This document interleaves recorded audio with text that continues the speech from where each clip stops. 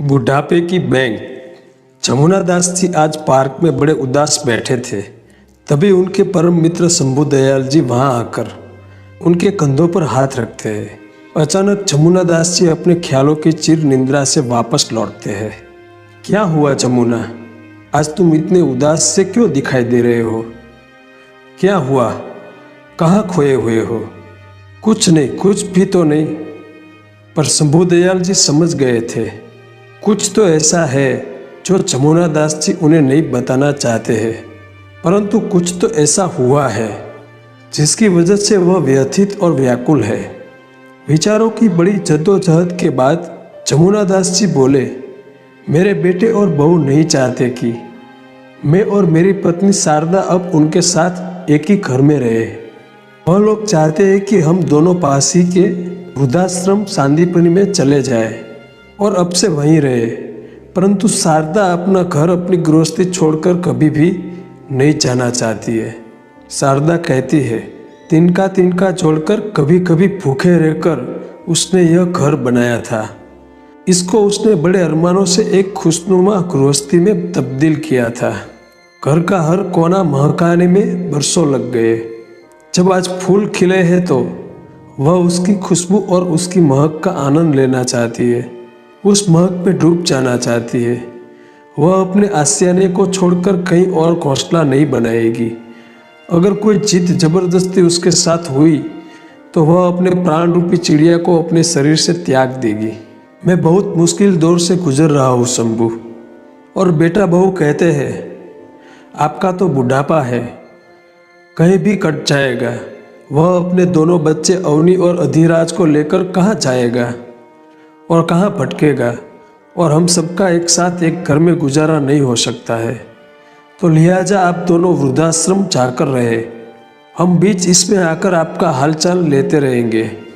शंभू, अब तुम ही बताओ कि मैं क्या करूं? शंभू दयाल जी ने जमुना दास जी से बोला, तो क्या तुम दोनों वृद्धाश्रम जाने के लिए तैयार हो गए हो?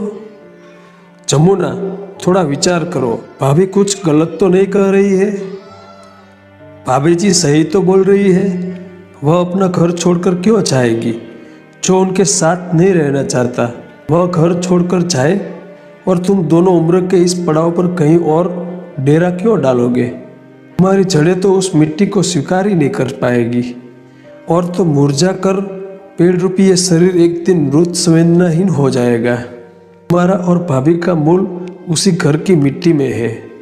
इसलिए अपना समूल नष्ट करने के बजाय बेटा बहू को समझाने का प्रयास करो, और ज़रूरत पड़ी तो मैं भी कोशिश करूँगा। परंतु उसके बाद भी अगर उन दोनों को ऐतराज़ हो तो वह अपने लिए नया घर कहीं और बनाए और वहाँ जाकर खुशी से रहे। माँ बाप के घर को खाली कराकर अपना बिछौना सजाना ठीक बात नहीं। और फिर घर भी तो भाभी के नाम पर ही है, तो फिर तुम्हें घर छोड़ने के विषय में अपना मत त्याग देना चाहिए जमुना। इसलिए मैं कहता था जमुना की बच्चों को विदेशी संस्कार देने के बजाय और खुद से दूर रखकर विदेश में पढ़ाने के बजाय उन्हें अपने दिल के और अपने देश की मिट्टी की सौंधी सौंधी खुशबू के बीच रखना चाहिए था, और यहाँ के संस्कार, यहाँ की रीति और अपनों का महत्व समझाना था, जैसा कि मैंने अर्नव और लालिमा के साथ किया। आज वो दोनों इतने ज़्यादा मुझसे और मेरी पत्नी उर्मिला के नज़दीक है कि हम कहीं भेजना तो दूर, एक भी निर्णय हमारी सहमति और विचार विमर्श के बिना नहीं लेते, और ना ही हमारे बिना जीने का सोच भी सकते हैं। जमुना संस्कारों की बेल जहाँ के बीज हो वहीं की मिट्टी में पनपती है और मीठे फल देती है।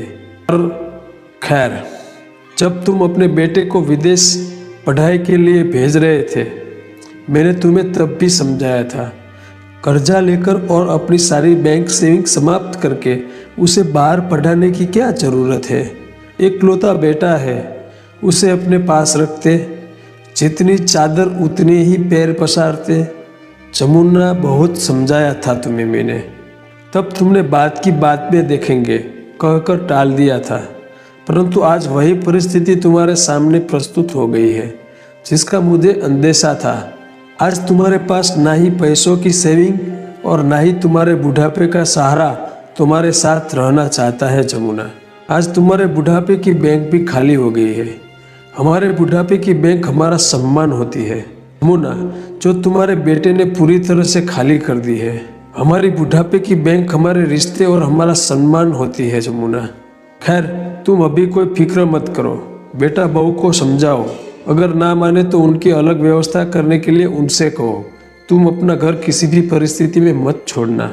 सेविंग नहीं है तो कोई बात नहीं जमुना, अपना घर का एक हिस्सा किराए पर दो और जो आमदनी हो उससे अपनी गृहस्थी को चलाओ। तुम दोनों का गुजारा अच्छे से हो जाएगा। बड़ा घर जो है, अपने जीवन साथी को इस समय अकेला छोड़ना और उसे दुख देना ठीक बात नहीं है। जमुना, जाओ, घर जाओ, भाभी तुम्हारा इंतजार कर रही होंगी। तुम्हारे ना पाकर वह परेशान होगी। परंतु जमुना, फिर से पुत्र मोह में आकर कुछ गलत फैसला मत कर लेना। हमारा सम्मान ही हमारा सेविंग होती है। हमारे रिश्ते ये हमारे बुढ़ापे की बैंक होती है, जिसमें हमेशा हमारा सम्मान एक निधि के रूप में एकत्रित होता है और दिन ब दिन बढ़ता है। जमुना, यही तो सही मायने में हमारे बुढ़ापे की बैंक है।